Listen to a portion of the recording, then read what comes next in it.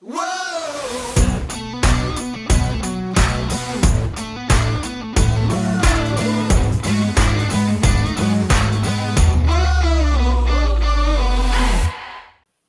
to the What's Our Verdict podcast, where we fashion ourselves television judge and jury. My name is JJ Crowder. I'm here with my co-host, Mattson. He's muted again. Beautiful. Gosh dang it. I muted it because Taylor's doing some downstairs. Better read than dead. Moving on. And Alec Burgess. Case of the Mondays, people. Let's get it. We appreciate you tuning in. Everybody that's live watching us. If you're tuning in after the fact, we appreciate that too. Go ahead and hit the like, follow, subscribe, bell notification button, all those fun buttons. Click on them so you can keep up with all of our episodes live and not live. So, we're here to record an episode and talk about the Rings of Power. Let's dive in. I'm confused. So much going on. Alec had a great TikTok. Go check it out. Shit's funny, but it's a legit question. Who are the robed peeps? Who are these people? I mean, their names don't give anything away. You have like the Dweller. Yeah. And I already forgot the other two, but they're kind of similarly weird. The Nomad and the Ascetic. Yeah. How do we know their names? In the IMDb. We cheated. Of course, always. It's our job. But they're very kind of obscure. Is that the right word? Yeah. And the prevailing opinion is that it was going to be some form of the cult or the Morgoth and Sauron's followers who worship them as gods. Yeah. Or Slim Shady, depending on who you ask. Yeah. That was great. I had a good chuckle. I mean, I think they gave us like all the hint we need to realize that the stranger is the man in the moon. Like, I don't know how you could say any different with like the hint that they gave, because they had him on the screen. He did his weird little thing, and then all of a sudden the cuts to the weird moon, and then to him in the crater, and the crater kind of looking like the moon now that it's not on fire. So I think. What do we mean, the man in the moon, though? So he's a Maya, Mm-hmm. and the man in the moon is from the Hobbits. Yeah. Kind of how they perceive him. I think his name is Torian. So for the uneducated common folk like myself, what does Maya mean, and how does this fit into Lord of the Rings lore?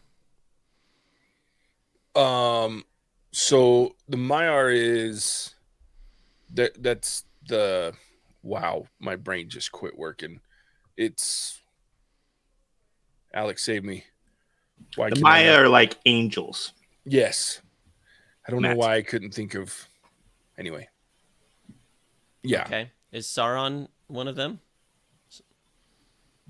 Yeah, so Sauron's a Maya, and so is Gandalf, Sauron, and this man in the moon, his name or his Maya name is Tilion, and his Valar, I think, is Aule.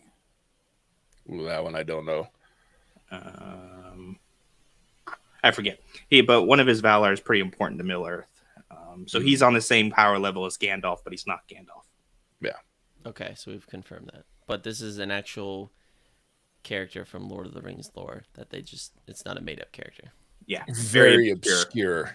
Like, you only hear about him because of songs and like and it's the legend Hobbits stories who are the Harfoots. So that's the connection there, is that he would be through their stories. Okay. So he's the Maya of the moon, pretty much. Yeah. Which In is where fact, the man in the moon comes from. they actually like talk about he pilots the moon, or like the moon vessel, what makes the moon rotate around the earth. So it's a very interesting character, very obscure, but it's also very smart, because like I said, I think the initial lean towards that is to go, oh, he's going to be Gandalf, which based on everything we know with lore and how they're handling the lore, can't be. So, because he's a third age Maiar, but we'll see. Okay. But I am curious. They always pose a threat to Sauron and the not so nice elements of Middle Earth, the Maya. Because if they come out and they're not bad, but that's the thing with the Maya is they're like easily could go either way. Because I mean, you even see in here reading the book, especially in the books, Gandalf can kind of be a dick.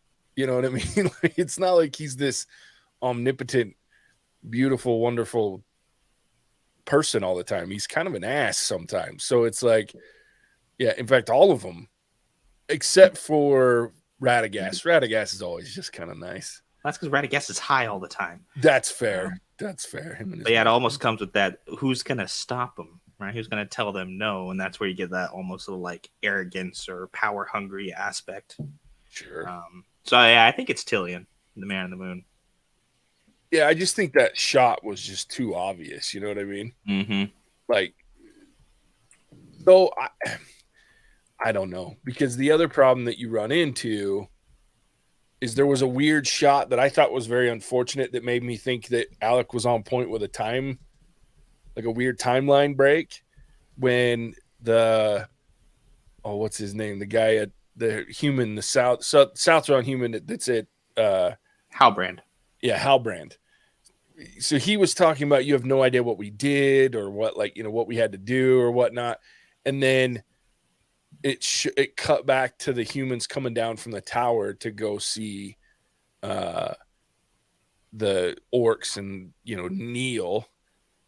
And I'm like, so is he one of those kids? Is he one of those people? Do we have a weird timeline? And then after a while, I was like, no, they're just having him tell the story while they're getting ready to make that same choice that he made or his group made. But then I'm like, well, how old is this guy? Because I feel like that fight's been going on for a while, but who knows?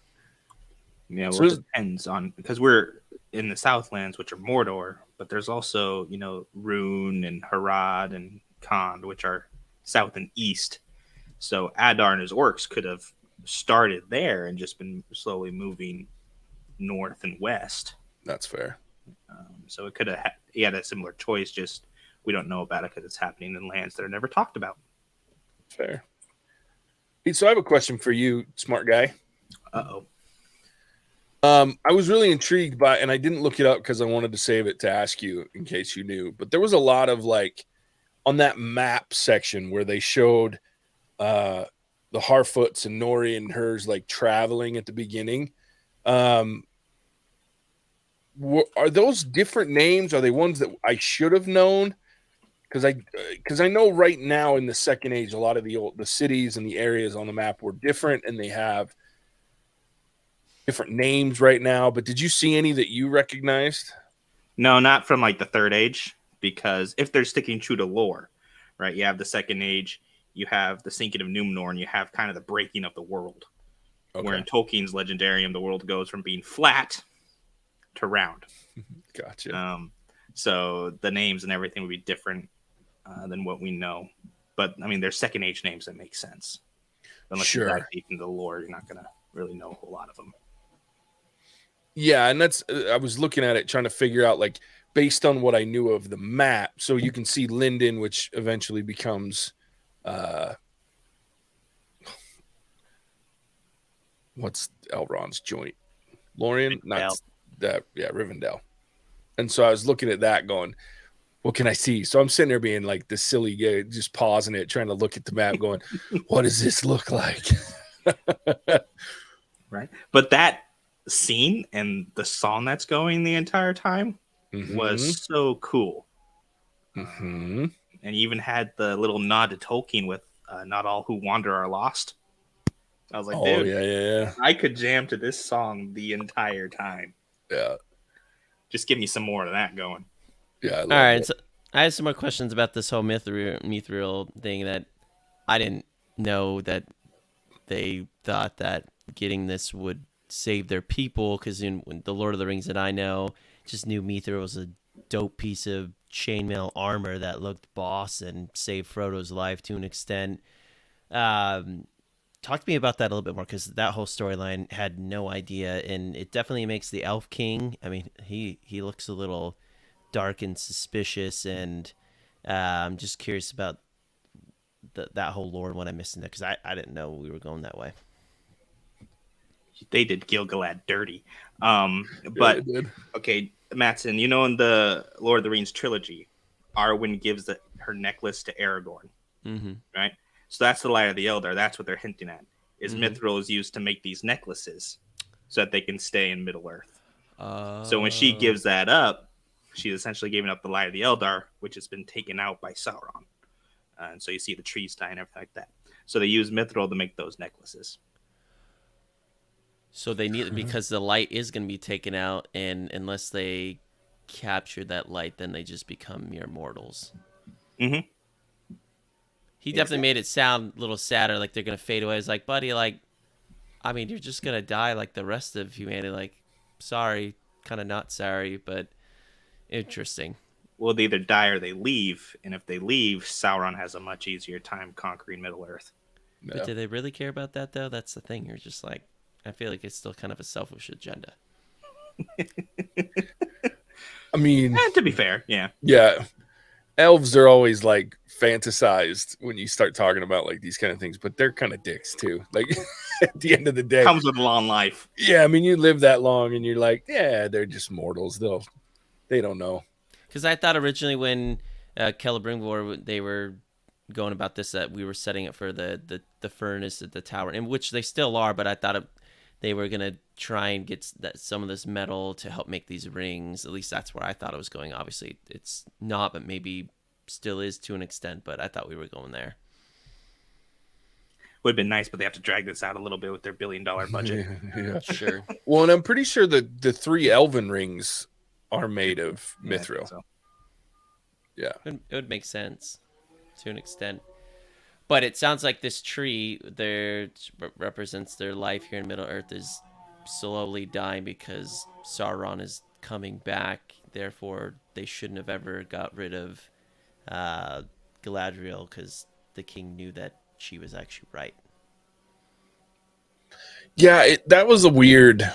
But again, I've always they did what they did with Galadriel to get her to Numenor, so that they can include Numenor into this story in the way that they have, which then gets Elendil and Isildur and that group, or at least part of that group. Because I thought Elendil's daughter came with them when they came over.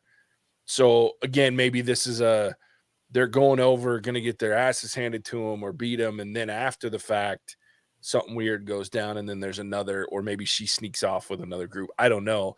But this doesn't feel like the group that left Numenor doesn't feel like the group that's going to eventually found Gondor and Arnor. Like that just doesn't feel like that's what not enough that of we're them. there, right? Because it was just like they were saying with 5 ships, 500 people. I'm like, that's not enough. It was like a third of the freaking Numenor that went, or something like that. It was a lot of them. Yeah.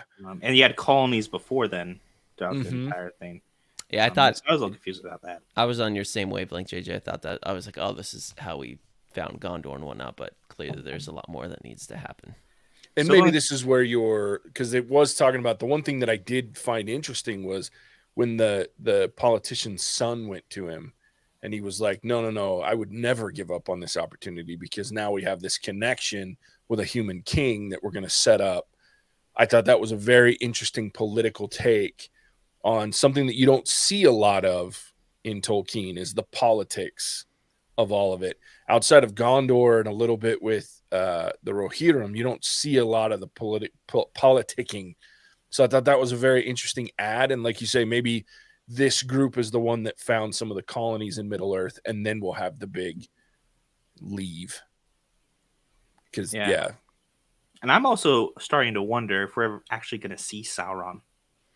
I don't think you do this season. I don't know, because if we're going to even see him in the first couple seasons, because this little expeditionary force from Numenor is set up perfectly for the Southlands and the orcs that are with Adar. Yeah. Size-wise, everything, timing, perfectly set up to go in there. Halbrand becomes king again. starts rebuilding the Southlands. And I'm assuming Galadriel is going to continue her hunt for Sauron, thinking that he's no longer in the Southlands or whatever. Yeah. I'm okay with that. Like, I think shows always rush to give the big bag and ugly, and then the problem is once they have that, you really only can carry it for usually like 1 to 3 seasons. 3 if you're lucky. It's really like 1 to 2 at that point. And what do you do after that when the big bag ugly is defeated or the story concludes? So I'm for it, especially with this dark elf right now. Adar, like, compelling dude to say the least, and curious what his when he pulled out that his like orc aid and had put his arm out in the sun, and it was like, what does that feel like? And he said his little thing about, I'm gonna miss that, and you were like, well, you don't have to, and you don't have to make that light and sun go away. Like, I'm intrigued by his motivations and those things, and want to learn more about it. Like, I'm compelled by what he's presenting so far. Yeah, he's a very interesting villain, and I liked, like you said, like, I think that interaction was very interesting because it humanized him in a way, or at least made him relatable. Or I like when villains have, just like I like when heroes have flaws. I like when villains have flaws and they have second guessing themselves, and they have doubts and things like that with maybe where they're going. So I like realistic villains and heroes, and so far everything's pretty on point with that. So I'm liking that. I like where we're headed there. I am curious. So we have the weapon, this sword or whatever the hell it is that Theo has, and now his mom knows about it, and the elf knows about it, and I don't know why I can never remember his name. Harandir. So they know about it. They're looking at it. What the hell? So we get like the white, like, I guess the light version, or the part that's built into the tower. Like, how are those connected? Like, I don't know. Did they explain it in any kind of way, or did I just miss it?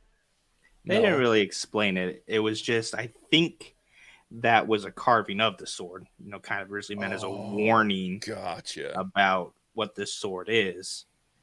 And I was wondering if Adar is maybe chasing some kind of prophecy or glory, and creating orcs, trying to set him up as this dark lord, but trying to be better than Sauron, because he got pissed when the old guy thought he was Sauron, right? And he went off the deep end. And his orcs are like bigger and faster than the ones we see in the Third Age. At least they appear to be. Yeah. So he's making his own breed of orcs. I wonder if he's trying to set himself up as the Lord of Mordor in place of Sauron. Since Sauron how do you make your own orcs? Same way you make anything else.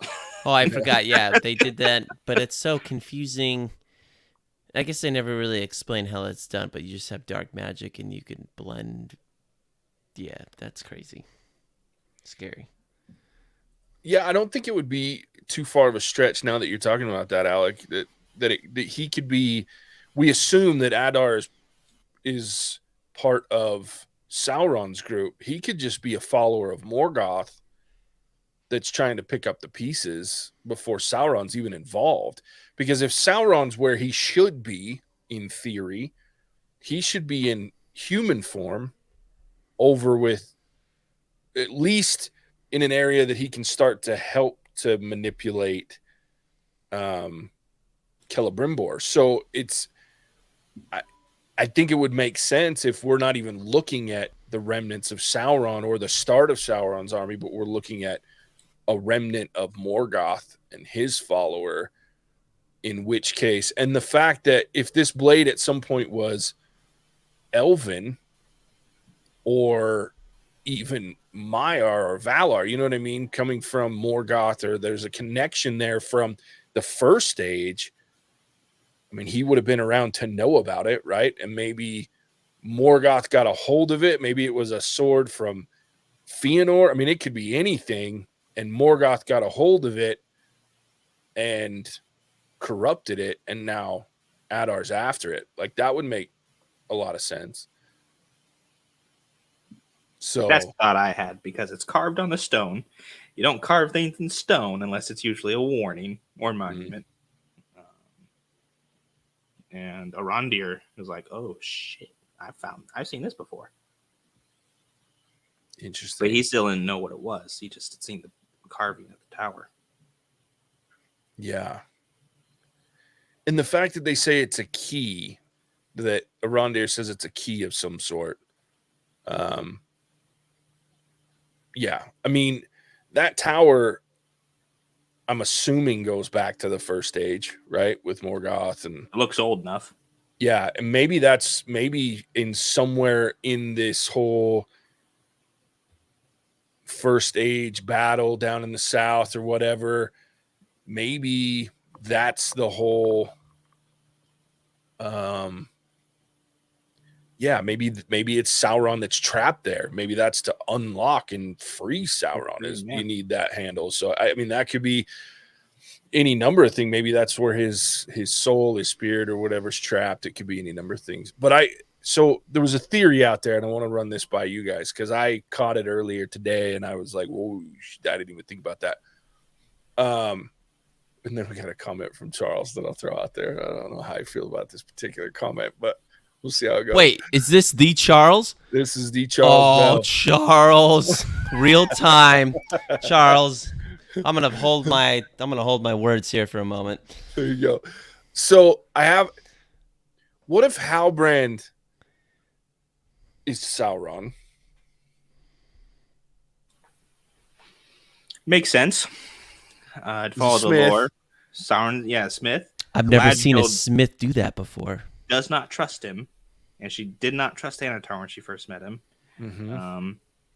He almost inexplicably really does not want to go back to the Southlands. Yeah. Which has absolved him of any superstition or suspicion, I guess, of who he is. Yeah, which would be a Sauron type thing, right? Like, yeah. I don't want to go back. I don't want to go back. I don't want to go back. Okay, I'll go back. Okay, I'll come back. I'll be part of the team. Let's go. So it's an intriguing. Yeah, I'm intrigued. He survived some pretty gnarly shit on the Sundering Seas. Like, yeah. I don't know that I buy it. I'm more likely to believe that he becomes the Witch King, but I could also see that being the case. He's Anatar or a different face for Sauron. Yeah. So 100% I could see it happening. Be a nice twist. I almost wish I hadn't seen that theory in my feed pop up because that would have been cool. Anyway. You know who you probably saw it from? Charles. Probably ruined it. Damn Charles, always stirring shit up. I know. Charles, good to have you on here. JJ, you want to bring up Charles' comment here? Yeah. JJ, how do we feel about this? Because you already know we're all for it. Alec and I don't even need approval from us. Not just any wizard, Gandalf. We want him dressed up as Gandalf. I mean, I'm probably down. I'll do anything. I'm shameless. I think we should make this happen. I don't know if you can get a costume. Well, Amazon Prime, you probably get something there next week. Charles's next comment. I think, Charles, being a man of the people, the common folk, I really relate with you here. He says, joking aside, it's been a bit difficult to follow the Rings of Power since I'm not well-versed in JRR's novels. So absolutely, I'm of this boat where I've read these novels. I've read The Hobbit as well, but I am clearly not well-versed in the lore and most of these characters and things. I know nothing about what we're venturing into, and Charles, as you listen to us, you can probably clearly relate to me. I still like what I'm seeing on screen from the storylines, the visuals, and everything, but I don't really know what's happening. And to be fair, when I originally went through the Lord of the Rings, I didn't really know what was happening either till I read things after the fact, and it was okay. I mean, I still was perfectly enthralled and loved it. So I'm just kind of taking things as they come, and I think at times that can be refreshing and fun, whereas JJ and Alec, you guys know, at times can ruin things for themselves because they know things that they wish they didn't know, and many a times I'm happy that I'm not in that bucket. Yeah, I'm telling you. Up until episode 4, Alec and I was pissed, because I kept I was so distracted by the lore and where we were in the timeline that it was really messing with me, and I didn't enjoy the first 3 episodes. In fact, I went back and watched them before this. I watched all 5 episodes yesterday because I was like, I gotta freaking check this out when I'm not biased by the fact that I'm distracted. So yeah, I'm with Alec and I, I'm sure both of us have that issue. So, but coming back to Charles' request, real ginge for a minute. Charles, I think that was a yes from JJ. So when you do join Patreon, hit JJ with that email, or he may just know anyways. But JJ, let's make it happen. There's got to be like a threshold, right? So like if Charles joins, cool, but he also gets stuff for being a patron at that point. Like, yeah, you dressing up as Gandalf. No, like I'm saying, so like, is it 3? When we get 5 patrons? Is it when we get? I mean, I'll do it. Charles is about to sign up his whole family. Oh God, I love it. I'll think on it. How about that? But yes, at some point I will. If you want for the season finale, I'll dress up like a wizard. And then Charles does say, "Thanks, guys. Keep up the great work." That's a fair compromise. Yeah, I'll make that compromise. We join Patreon at the season finale. I'll dress up like a wizard. Charles, we appreciate your support, but I will say, I was hoping for, because man, you've put me through the ringer personally. I've sat my butt on my couch for more than a few hours thinking about you and what I wanted to do to you. But we love you as well. I love it. It's true. All right. Well, I like this episode overall, though. I think it's a good midway point, a little more than midway point. Charles joining now.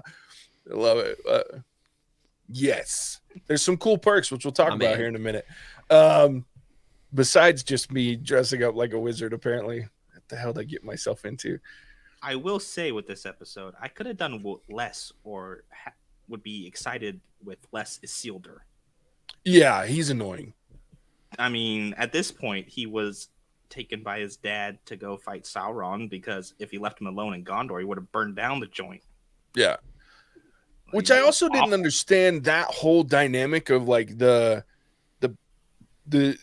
politician's kid. Like, what was he doing? Like, it seemed like he was on board with his pops at that point, and then apparently he wasn't. Like, female persuasion, JJ. Well, I mean, sure, that's fair. Touche. Well played. I take out the fact that there's been many things that have been done in movie lore and just real life. That's all you have to say. There was a vagina involved. I get it. That's all you can say. I'll blow up a boat too for the right one. I'm down. Yeah. Interesting show. I'm excited. I can't. Is there only 8 or are there 10 episodes? I don't remember. I think there's 10. I think there's 2. I hope there's 10 because I'm enjoying it. So once I got the timeline figured out, I think it's awesome. Yeah, exactly. Once I got past episode 4, I was down. So much fun. Oh, absolutely. So, and Doran, it continues to be the best. Greatest character in the show. Oh my gosh, the stupid stone table. Oh my God, it was epic. And I knew too. Like as soon as he started talking, I was like, oh, he's messing with them so much right now. And then it was just perfect the way he told Elrond. Like I was just like, oh, that's great. Disa needs a new table. Yeah. For our listeners, there's actually only 8 episodes. Oh, son of a bitch. Means we only got 3 episodes left. At least we'll match up with She-Hulk. 1 episode for each. Oh my gosh. That's the trade-off. 3 shitty ones and 3 good ones, hopefully. Yeah, overall great episode.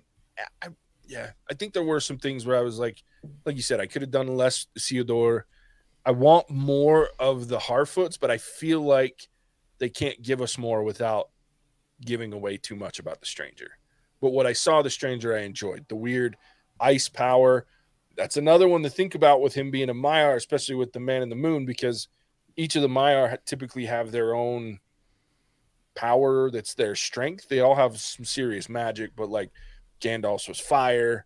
Radagast was earth kind of thing. They typically have an element of some sort that they deal with as a main. Now they have many powers that cross over, but I thought that was interesting with the ice and the way he slammed the ground and sent those wolves flying. It was pretty cool. I'm liking where we're going with that. So those wolves were ugly as balls too. I was like, I wouldn't want to get chomped on by one of those things. No, that's gross, dirty. All right, well, we ready to move on to House of the Dragon? Let's do it. So. Perfect. Those of y'all watching us live, we're gonna do our little outro here for future video for YouTube when we break it down, and then the episode after the fact for the podcast. And then so just bear with us if you're watching live. Hang out. We'll be back to talk more about that. But before we go anywhere, Mattson, tell everybody where they can find us. Hey, you can find us wherever good podcasts can be found at What's Our Verdict Reviews. If you want to listen, check us out on YouTube and Facebook for our live shows on Monday for Rings of Power, and obviously House of the Dragon. And then on Thursdays, we're doing Andor. You can check us out on social media on TikTok and Instagram and Facebook, most especially at What's Our Verdict. Our website is under construction as we revamp it. So if you do visit right now, Charles, you especially, it says coming soon, but we're excited for the facelift that's happening as we speak. Otherwise, we appreciate you guys listening to the podcast. Hit that follow, like, or subscribe. And also, Patreon, some really cool content that we're offering there. Most specifically, we have 3 different tiers. First tier for $3 a month is kind of voting rights on what we'll review, actually on a month-to-month basis, and a lot of our outros and behind-the-scenes content. There's quite a few. It's pretty juicy. $5 per month, we've got those voting rights again. Everything that I just mentioned, along with vote on what we do for our crazy, cool, dumb shit episodes, as well as trailer reaction videos, which we're pretty excited about. And then the final one, have all those previous things, and you get a shout out and credits during our episodes and live shows. So if you want to get made fun of or put on a pedestal because we love you, we're down to do that, as well as helping us where you get to suggest a movie for us to review on a quarterly basis that you pick. We don't even have a choice. Basically what Charles has done to us in the past. Yeah, and that will be a patron exclusive episode too. Oh, I forgot to mention that. Good call. Yeah. So when you do pick that, it will be patron exclusive. So whatever you want to pick, you'll have access to it as a patron, and that's so you can expect me to really, unless it's a good movie, I'm really coming after you. Whoever suggested that, so yeah, we'll be frenemies. And you'll get my most vulgar self, which is usually when I'm the funniest. So we'll see how it goes. Yeah, thanks, Mattson. With that, again, if you're live, hang out with us. If not, we appreciate you tuning in. We'll catch you on the next one. Bye. But not really bye. Cinemagic out. Whoa!